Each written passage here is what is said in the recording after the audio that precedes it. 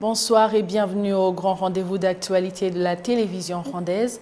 Le porte-parole adjoint du gouvernement rwandais a indiqué dans un entretien avec la télévision rwandaise que la visite du chef d'état-major de l'armée de terre de l'Ouganda donne l'espoir que les relations des deux pays sont en voie de normalisation. Le point avec Kassim Youssouf.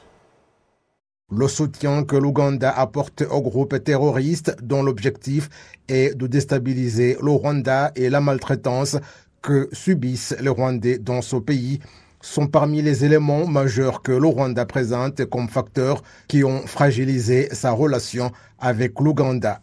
Le porte-parole adjoint du gouvernement rwandais, Alain Mukurarinda, indique que les entretiens que le président de la République, Paul Kagame, a eu avec le chef d'état-major de l'armée de terre de l'Ouganda, le lieutenant-général Muhoozi Kainerugaba, donnent l'espoir que des solutions à ces problèmes seront trouvées. Le docteur Alphonse Mourefu, expert en droit international, indique que la visite du chef d'état-major de l'armée de terre et fils du président de l'Ouganda présente une signification sur la volonté de deux chefs d'État dans la normalisation des relations des deux pays. Malgré les tentatives engagées pour trouver des solutions, notamment la mise en place des commissions de conciliation et le sommet qui a rassemblé les chefs d'État du Rwanda et de l'Ouganda avec ceux de l'Angola et de la République démocratique du Congo à la frontière commune de Gatuna, tous ces efforts sont restés muets et les relations se sont davantage détériorées depuis 2017. L'actualité de la semaine au Rwanda aura été marquée par la visite du lieutenant-général Muhoozi Kainerugaba, fils du président ougandais et chef d'état-major de l'armée de terre en Ouganda, alors que les relations entre les deux pays sont au froid depuis 10 ans en 2017. Pour en parler davantage, nous sommes avec Alain Mukurarinda, porte-parole adjoint du gouvernement rwandais, qui a particulièrement répondu à la question de savoir si la visite du lieutenant-général Muhoozi peut rassurer que les bonnes relations peuvent être rétablies dans les prochains jours. Je pense qu'il ne faut pas directement commencer par cette visite. Il faut bien préciser que même s'il y a eu des problèmes depuis 3, 4, 5 ans, les canaux de communication n'ont jamais été coupés définitivement. Il y a toujours eu des réunions, il y a eu des envoyés spéciaux dans les différentes capitales. Bien sûr que la visite qui a eu lieu hier, à ce niveau aussi, et surtout le communiqué qui a été fait hier, précisant que voilà, il est temps qu'on parle concrètement des problèmes que le Rwanda a toujours dénoncés et qu'on parle des actes qui doivent être posés pour résoudre ces problèmes. Dans l'ensemble, cette visite donne un espoir que nous tendons vers la résolution des difficultés qu'il y a entre les deux pays. Ouais. Cette visite intervient après de nombreuses rencontres, Luanda, Gatuna et autres. Pensez-vous qu'elle peut permettre de lever les obstacles aux bonnes relations entre les deux pays? Moi, je pense que si, comme ils l'ont dit hier, si on va vers, cette fois-ci, des actes concrets pour résoudre les problèmes, pour résoudre les difficultés, pour résoudre les dénonciations que le Rwanda a toujours fait par rapport à la sécurité en général du pays et à la sécurité de ses citoyens individuellement. Je suis convaincu que nous tendons vers la résolution des problèmes qui ont toujours été dénoncés par le Rwanda. Des commissions ad hoc ont été mises sur pied. Est-ce qu'elles sont encore opérationnelles? Sont-elles encore nécessaires si nous pouvons voir une telle rencontre de haut niveau? Je pense que, comme vous venez de le dire, les commissions ont leur boulot à faire concernant la résolution de ce problème. La visite qu'il y a eu hier aussi, c'est dans cette voie. Donc, que ce soit les commissions, que ce soit les visites, et que ce soit les réunions, toutes ces voies sont complémentaires. Donc, je pense que nous devons toujours garder toutes ces voies ouvertes pour pouvoir résoudre ce problème. Ce n'est pas parce qu'il y a eu une visite hier à un niveau très élevé que du jour au lendemain, les commissions qui étaient en place perdent de leur valeur. Merci beaucoup, Monsieur Alain. Pour clôturer, que dites-vous à ceux qui souhaitent voir tout de suite la réouverture des frontières entre les deux pays? Cette visite de Muhoozi peut-elle les rassurer?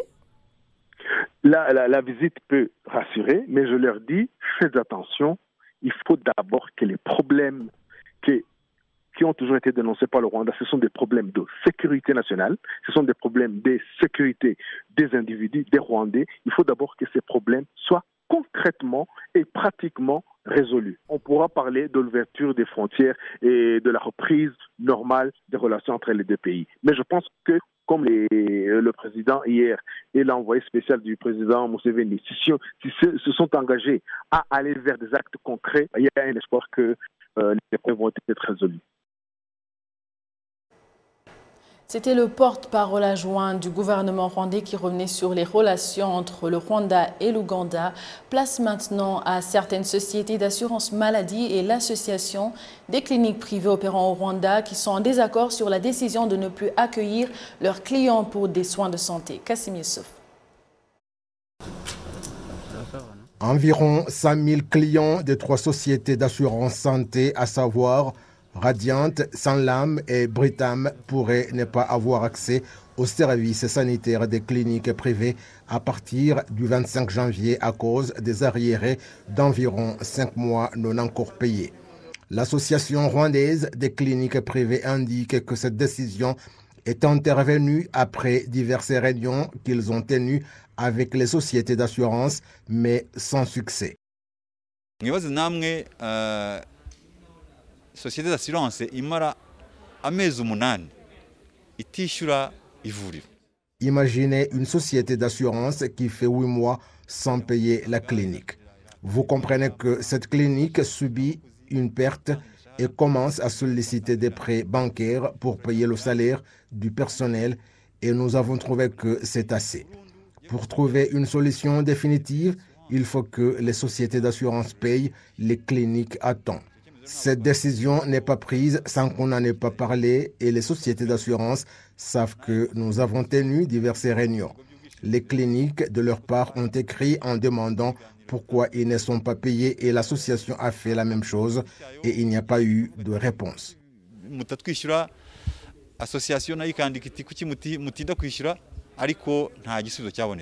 Les directions générales des sociétés d'assurance Sanlam et Radiant indiquent par contre qu'elles n'ont pas de facture de ces cliniques impayées, excepté celles qui présentent des problèmes auxquels on n'a pas trouvé de compromis. Nous tenons en considération divers éléments et nous ne pouvons pas payer une facture sans aucune vérification. Notre souci est de mieux gérer l'argent de nos clients.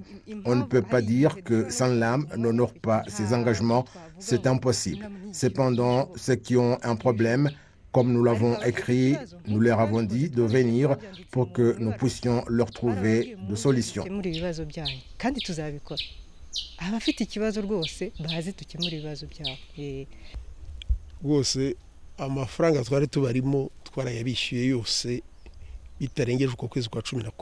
Tout l'argent que nous leur devions a été payé avant fin novembre dernier.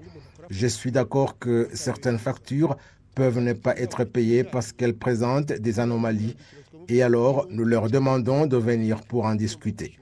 Excepté les factures ayant des anomalies, celles qui sont en retard ou celles qui viennent juste de nous parvenir et qui demandent du temps pour être traitées, nous nous acquittons de nos engagements. Usibye ayo mafacture afite ibyo bibazo gusa cyangwa ataratugeraho cyangwa ari ubwa kitugeraho bigomba gusaba igihe cyo kubisuzuma twebwe turishyura.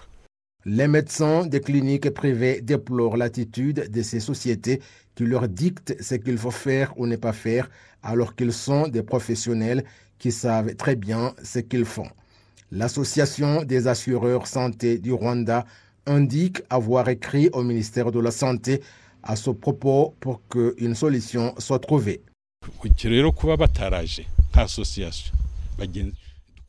Le fait qu'ils ne nous ont pas approchés en tant qu'association qui collabore pour trouver ensemble des solutions nous a poussé à écrire au ministère de la Santé pour nous aider à examiner ces problèmes que nous ne connaissons pas. Il n'y a pas de problème qui n'a jamais trouvé de solution et je ne sais pas pourquoi ils veulent créer une crise. L'on compte au Rwanda environ 315 cliniques privées qui ont accueilli environ 1 million de patients en 2020, nombre qui a augmenté de 30% en 2021. De la santé à la justice, les juristes estiment que la communauté internationale et les organisations internationales devraient faire en sorte que les personnes qui ont été victimes des violences lors du génocide perpétré contre les Tutsis au Rwanda en 1994 soient soutenues dans leur quête de justice. Patrick Nilidandi nous fait le point. Certains juristes estiment que la communauté internationale et les organisations internationales devraient faire en sorte que les personnes qui ont été victimes des violences lors du génocide perpétré contre les Tutsis soient soutenues dans leur quête de justice. Alors que de leur côté, certaines victimes attendent depuis 28 ans d'obtenir justice et pouvoir ainsi se reconstruire. Marie, un nom d'emprunt, fait partie des personnes qui ont été violentées lors du génocide perpétré contre les Tutsis. Elle a été violée. Un soldat a déclaré à cette époque « Donne-moi cette fille ». Il m'a amené avec lui. Et depuis ce jour, je lui appartenais. Il a commencé à me prendre par la force, à me violer. Dans ce viol est né un enfant et le violeur s'est offusqué de la situation. Et par la suite, il a appris que lui et son enfant, né du viol, étaient infectés d'une maladie incurable. Il a accompli son acte ignoble et puis il a disparu. Mais entre-temps, l'enfant est devenu maladif. Et moi aussi. Après consultation médicale, j'ai trouvé que moi et l'enfant, nous étions infectés. Plus tard, Marie a eu du mal à reconstruire sa vie avec un autre homme, vu la situation dans laquelle elle était passée. Avec le temps, Marie s'est reconstruite. Son premier enfant, qu'il détestait, est devenu aujourd'hui son premier confident. Voyez de vous-même, aujourd'hui je suis heureuse. J'ai 3 enfants. Le premier, il s'est marié. Le second est à l'école secondaire, alors que le troisième est à l'école primaire. Tous les 3 sont des filles et je suis heureuse. L'histoire de Marie est la même pour tant d'autres femmes qui n'ont pas la force de raconter leur histoire tragique comme Marie.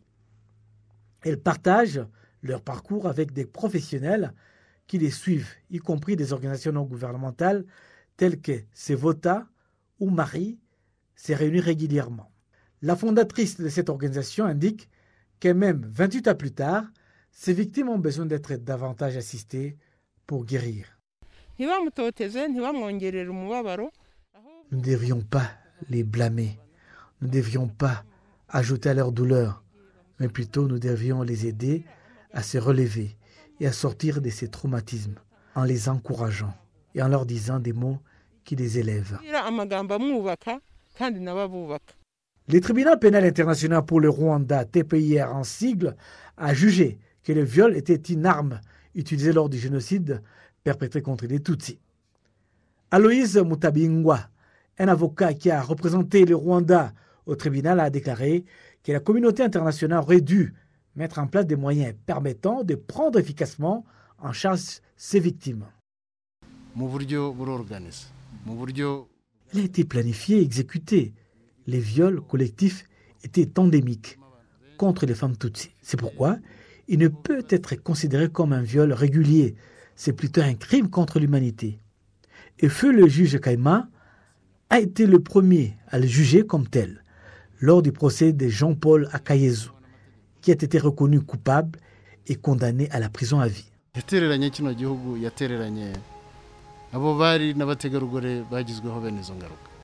Même si le système judiciaire n'a cessé d'exposer les vices commis lors du génocide de 1994 contre les Tutsis, les législateurs estiment qu'il s'agit d'une arme puissante qui peut être utilisée pour faire face à la négation du génocide. Clôturons la page nationale avec l'amélioration du bien-être social. Alors qu'elles vivaient dans l'extrême pauvreté en district de Musanze, certaines personnes se réjouissent de pouvoir bénéficier d'un bien-être et d'une espérance de vie longue. Elles ont bénéficié de logements modernes construits en secteur de Kinigi, Shingiro, Wusogo et Kimoni, construits par un syndicat de femmes affilié au FPR Imhotani. Muka Musoni Dative, une mère qui vit en secteur Kinigi, est l'une des 4 résidentes de ces maisons. Elle affirme que sa vie n'était pas bonne, mais aussi celle de ses enfants, mais que désormais, cela a changé avec l'acquisition de sa nouvelle maison moderne. L'année dernière, le syndicat des femmes affiliées au FPR Ingotagni, en district de Musanze, avait apporté la joie dans 15 familles nécessiteuses de cette partie du pays avec la construction de ces maisons. Madame Eugénie Nyirasenyimana, présidente de l'Union des femmes de Musanze, indique avoir lancé cette initiative après avoir remarqué que dans quelle mesure et dans quelle pauvreté ces personnes vivaient. Elle et ses collègues ont décidé de leur venir en aide. Ramuri Janvier, président du FPR Ingotagni, en district de Musanze, affirme que l'installation de ces personnes vise aussi à lutter contre la malnutrition dans la région. Cette année, l'Union des femmes prévoit également de reloger les nécessiteux. Les membres se sont fixés comme objectif d'atteindre d'ici à mars de cette année cet objectif, à l'exception des 4 maisons qui ont été démolies aujourd'hui et qui ont coûté plus de 14 millions de francs rwandais. Les membres de l'Union ont rassuré les familles en leur promettant que leur situation sera suivie de près jusqu'à sa résolution. Et les 10 enfants malnutris sont désormais suivis par les centres de santé de Kinigi. Merci à vous tous qui avez choisi la télévision rwandaise pour vous informer. Au nom de toute l'équipe qui a réalisé ce journal, je vous souhaite de passer une agréable soirée. Vous étiez avec Amandine Dikumasabo. À la prochaine et d'ici là, portez-vous bien.